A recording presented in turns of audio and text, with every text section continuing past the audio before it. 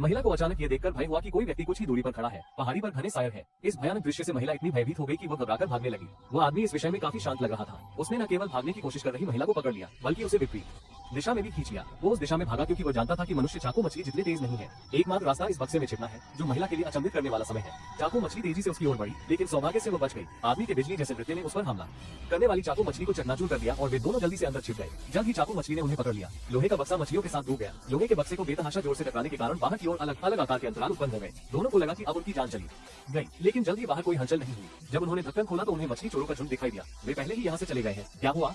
पता चला है कि 50 साल पहले कुछ मनुष्य ताई नामक इस ग्रह पर आए थे। उन्होंने यहाँ एक बड़ा अड्डा बनाया, लेकिन जहाँ कहीं भी मनुष्य है वहाँ अपराध भी है। संसाधनों की बर्बादी से बचने के लिए इन अपराधियों को बेस के बाहर दलदल में निर्वासित कर दिया जाएगा। वहाँ अग्नि सर्प नामक एक राक्षस रहता है। ये कहा जा सकता है कि जब तक आप आधार छोड़ेंगे आप मर जाएंगे। शियाओमी को इसलिए सजा दी गई क्योंकि वो कृत्रिम बुद्धि द्वारा निर्धारित पति से विवाह नहीं करना चाहती थी, लेकिन मानवतावाद के कारण प्रबंधक उन्हें जाने देने से पहले कुछ सामान तैयार कर देगा। कैरी बाल ने सभी को धमकी दी कि वे उसकी व्यवस्थाएं सुने, अन्यथा उसे एक और जीवन जीने में कोई आपत्ति नहीं है। बाल के वितरण के तहत जियाओमी को थोड़ा भोजन मिला, लेकिन भाई कियाम ने बाल्दी की ओर 3 संपीड़ित बिस्कुट फेंके। स्वाभाविक रूप से गंजा आदमी उन खाली बक्सों को लेने से इनकार नहीं करेगा, जिन्हें वो भोजन के बदले में देने का प्रस्ताव कर रहा था, क्योंकि भोजन बक्सों की तुलना में कहीं अधिक मूल्यवान था। ठीक इसी तरह भाई कियाम ने जियाओमी को ले लिया और बक्सा अपनी अज्ञात यात्रा पर निकल पड़ा, जबकि गंजा आदमी और अन्य लोग दूसरी ओर से चल पड़े। उनका गंतव्य हैप्पी आइलैंड नामक स्थान था। किंवदंती है कि वे वहां से ताई ग्रह को छोड़ सकते थे, लेकिन जब दोनों आराम कर रहे थे तो अग्नि सांपों के एक समूह ने उन पर हमला कर दिया। फिर शुरुआत में कहानी थी, मौत से बचकर निकले दोनों लोगों ने अपनी यात्रा जारी रखने की योजना बनाई, लेकिन उन्हें नहीं पता था कि आगे और भी खतरे उनका इंतजार कर रहे हैं। थकी हुई महिला अपना शरीर धो रही थी, लेकिन उसके पीछे खड़े आदमी ने अपना कोट उतार दिया। महिला को लगा कि वो उसके साथ कुछ बुरा करने की योजना बना रहा है, इसलिए उसने चुपचाप एक पत्थर उठाया और जवाबी हमले के लिए तैयार हो गई।